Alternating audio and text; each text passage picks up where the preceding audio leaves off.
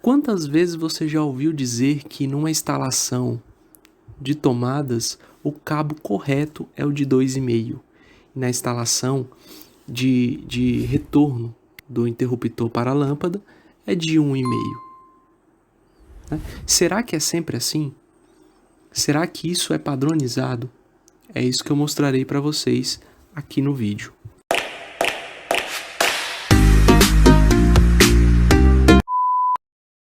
Aqui, pessoal, eu estou mostrando para vocês uma tabela, que é a tabela 47 da norma 5410. E o que diz essa tabela? Essa tabela ela mostra para a gente a seção mínima de cada condutor, certo?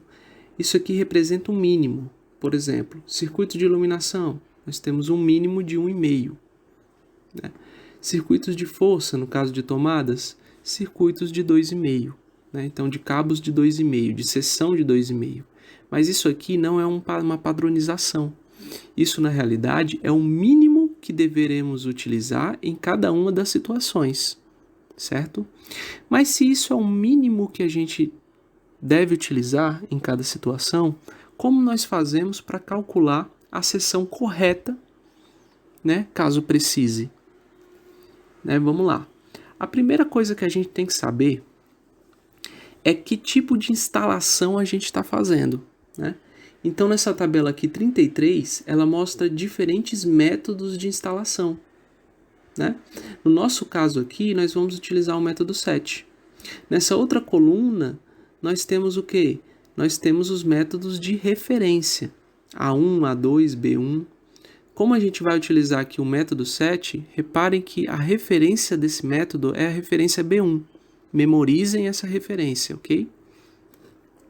Então, no caso, utilizaremos o método 7 com referência B1, né, que são condutores isolados ou cabos unipolares em eletroduto de seção circular embutido em alvenaria. Okay? Outra coisa que nós temos que saber, qual a quantidade de cabos por circuito? Né? No nosso caso, nós vamos utilizar esse primeiro aqui, ó, que é monofásico a 2 condutores. Né? Então, nós temos em cada circuito da nossa instalação, né, de acordo com esse projeto que estamos desenvolvendo aqui nesse canal, são 2 cabos carregados, um de fase e outro de neutro, ok? No caso, se você estiver fazendo uma instalação trifásica, por exemplo, sem neutro, então você terá o quê? 3 cabos carregados, que são as 3 fases, né? Então, nosso método, né, no caso a quantidade de cabos por circuito do nosso exemplo aqui, é esse primeiro, né, monofásico a 2 condutores. Qual o tipo de isolação do cabo? Também isso é uma questão muito importante. Existem 3 tipos de isolação de cabo. Né? Existe isolação por PVC, isolação por polietileno reticulado e temos também uma isolação de etileno. Okay? Cada um dessas isolações suportam uma temperatura específica, né? Tem aqui a temperatura máxima em regime permanente, né? O de regime de sobrecarga e de regime de curto-circuito, né? Para nosso exemplo aqui, nós utilizaremos a isolação de PVC, porque ela é a mais utilizada nas instalações em geral. Por quê? Porque ela suporta uma temperatura boa, né? Uma temperatura alta, né? No caso aqui de até 160 graus Celsius, no caso de um regime de curto-circuito, né? E ao mesmo tempo, ela tem um custo menor do que as outras duas, né? O que faz ela ser mais utilizada, ok? Então, se a gente tiver um circuito qualquer, ligando um chuveiro, por exemplo, né? Um chuveiro de 4.000 watts, né? Então, nós vamos ter aqui um eletroduto, essa linha representa um eletroduto, e vamos supor que esse circuito seja o circuito 6 de uma instalação elétrica, certo? Então, eu tenho aqui meu disjuntor ligado a um chuveiro elétrico, a tomada de um chuveiro elétrico, certo? Então, vamos lá. qual seria a corrente que estaria passando nesse circuito, né? Então, utilizando nossa fórmula lá da corrente, né? Corrente é igual a potência dividido pela tensão da minha rede, né? Nós vamos encontrar, né? No caso aqui, 4.000, que é a potência do chuveiro, dividido pelos 220, que é a rede aqui local. Nós vamos ter 18,18 amperes. Certo? Então, neste circuito vai estar passando 18,18 amperes. Lembrando que nesse caso, dentro desse eletroduto, somente o circuito 6 está passando, né? Então, a corrente é de 18,18 amperes. Utilizando esse valor aqui na norma 5410, na tabela 36, nós vamos ter aqui o método de referência, né? No caso aqui o nosso é o B1, e o número de condutores carregados, né? Então, dentro aqui de B1, você vai ter 2 e vai ter 3, né? No nosso caso aqui é 2. Então, aqui na coluna 6, nós temos aqui os valores de corrente, certo? Deste outro lado, nós temos os cabos, ou seja, a seção de cada cabo elétrico, ok? Então, aqui, como deu 18,18, nós temos que encontrar um valor mais aproximado para cima, que seria os 24 amperes aqui, né? Que é, no caso, um cabo de 2,5, ok? Então, o cabo de 2,5 ele suporta no máximo 24 amperes, é a sua capacidade de condução, né? Então, se no circuito tivermos apenas um circuito passando dentro desse eletroduto, neste caso aqui, então o dimensionamento correto, o cabo correto para essa situação seria o de 2,5, ok? Porque ele suporta até 24 amperes e no caso aqui seria uma corrente de 18, né? Mas vamos supor que dentro deste mesmo eletroduto agora estivesse passando um circuito 5, o circuito 2 e o circuito 1. Agora não é mais um circuito, né? São 4, né? Então, o que acontece dentro desse eletroduto? O que acontece dentro, pessoal, é que a temperatura ela aumenta consideravelmente. Por quê? Porque em ambos os circuitos vai estar passando corrente e dentro do eletroduto acaba esquentando devido a essa passagem de corrente, né? Então, a capacidade de condução de um cabo geralmente diminui, né? Nessa circunstância aqui, né? Quando isso acontece, quando temos mais de um circuito passando dentro de um eletroduto, nós temos que utilizar uma outra tabela como referência, né? É uma tabela de fator de correção. Então, aqui em cima, eu mostro diversos circuitos em um mesmo eletroduto, né? E para cada um você tem um fator de correção diferente. Então, quando você tem mais de um circuito passando no eletroduto, temos que considerar essa tabela. No nosso caso aqui, nesse exemplo, vamos ter o quê? 4 circuitos dentro do mesmo eletroduto, que vai me dar um fator de correção de 0,65.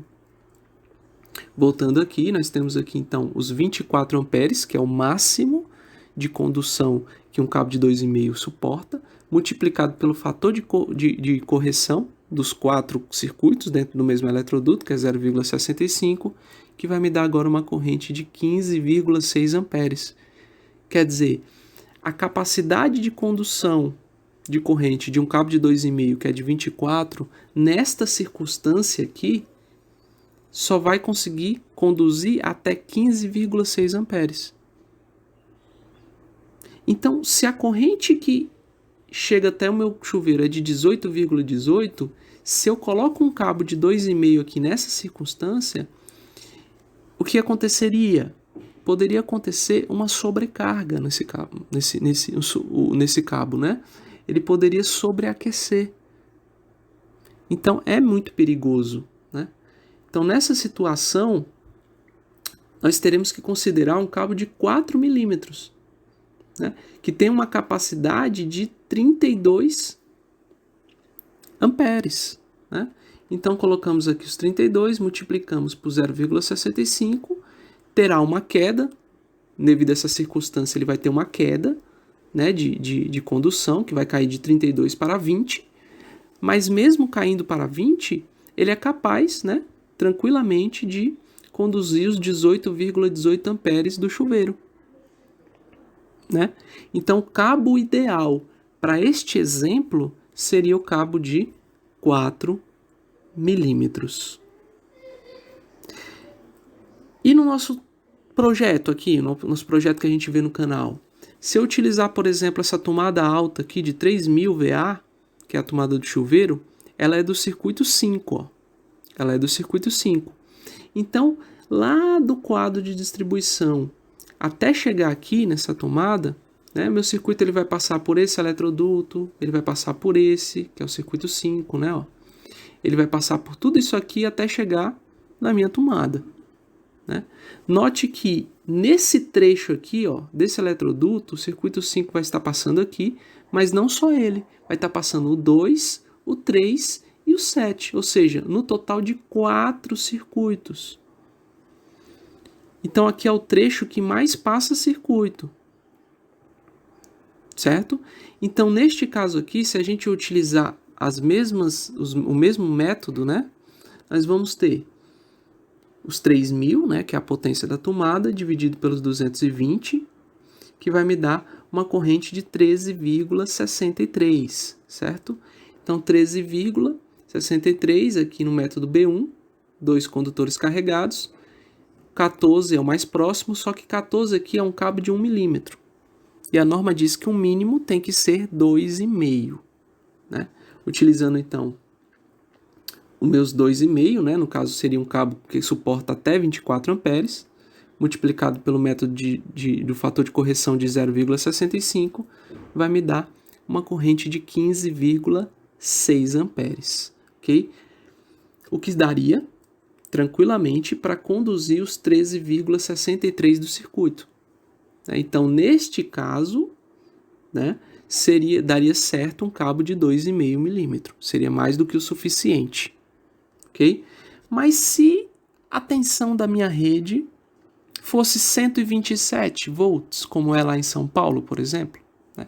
Então, utilizando a mesma regrinha, os 3.000 dividido pelo 127, eu vou ter uma corrente agora de 23,62 amperes.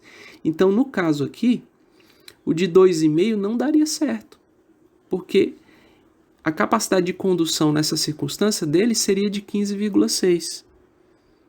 E eu precisaria de uma capacidade de condução maior do que 23,62. Utilizando na tabela, então, testando aqui, por exemplo, um cabo de 4 milímetros, a sua capacidade de condução é de 32 amperes. Né? O de 6, a sua capacidade de 41. Então, se a gente substituir e testar esses dois cabos, nós teremos que, no cabo de 4 milímetros, ele suporta até 32 amperes. Multiplicando pelo 0,65, teremos o quê? 20,8. Sua capacidade de condução cai de 32 para 20,8. O que ainda não é o suficiente para conduzir essa corrente do circuito. Né? Utilizando um cabo de 6 milímetros, que tem uma capacidade de 41, multiplicado pelo 0,65, teremos então uma capacidade de condução de 26, cai de 41 para 26, uma queda considerável, né? Mas que é uma capacidade de condução suficiente para suportar os 23,62 do circuito. Então, nessa situação, quando minha rede é de 127 volts, nesse mesmo projeto, nós vamos ter agora um cabo de 6 milímetros, certo? Então, o cabo correto para essa instalação do circuito 5, né, vai ser um cabo de 6 milímetros, ok? Então, vamos lá. Ó. Então, aqui, o circuito 5, né, ele será um cabo de 6 milímetros, no caso de uma rede a 127 volts, e 2,5 no caso de uma rede de 220 volts. O que eu tenho que tomar cuidado num projeto como este aqui é de não cometer este erro. Por exemplo, aqui passa por 4 e eu sei que é 6 milímetros no caso de 127 volts. Aqui, como tem só 3, então eu vou colocar um cabo de 4. Não. O cabo ele tem que ter a mesma seção do circuito, né? Tem que ter a mesma seção desde a saída aqui no quadro de distribuição até o final do meu circuito, até meu ponto elétrico. Então ele tem que ter a mesma seção. Ok, gente? Então a gente fica por aqui. Obrigado por ter me acompanhado, certo? Deixa seu like, não se esqueça de se inscrever nesse canal, galera. Um abraço a todos.